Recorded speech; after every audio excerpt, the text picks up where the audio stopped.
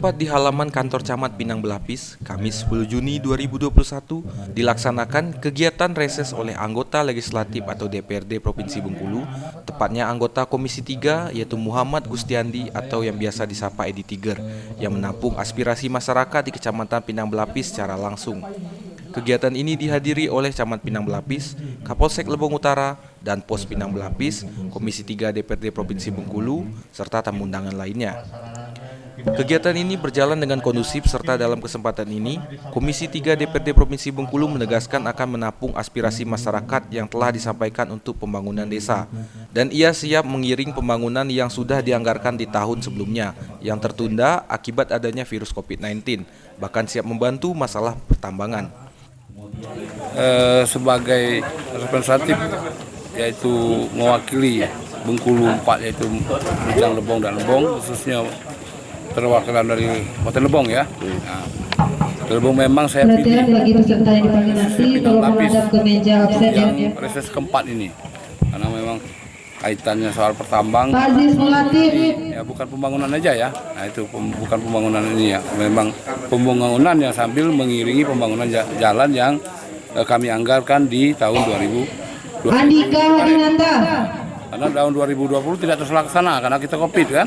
Seharusnya tahun 2020 itu sudah ada anggarannya. Masalah aspirasi ya itulah, ini tugas saya. Tugas saya akan saya bawa ke ya. Mungkin dari dua usulan mereka, dan usulan mereka memang betul-betul kewenangan provinsi.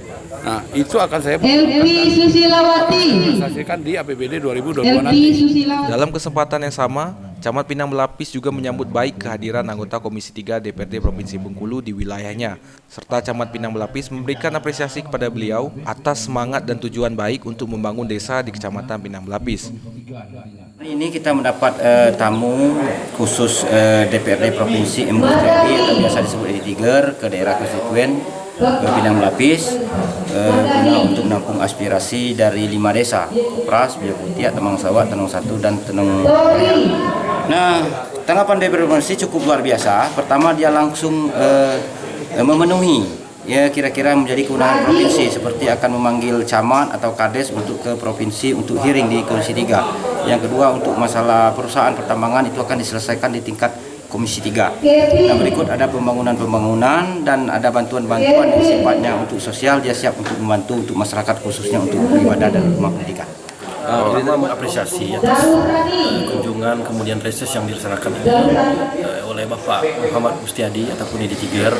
Pertama, harapan kami dari masyarakat, apa-apa yang disampaikan dalam reses ini bisa terrealisasi dan dapat diwujudkan oleh pemerintah Provinsi Bengkulu dalam hal ini.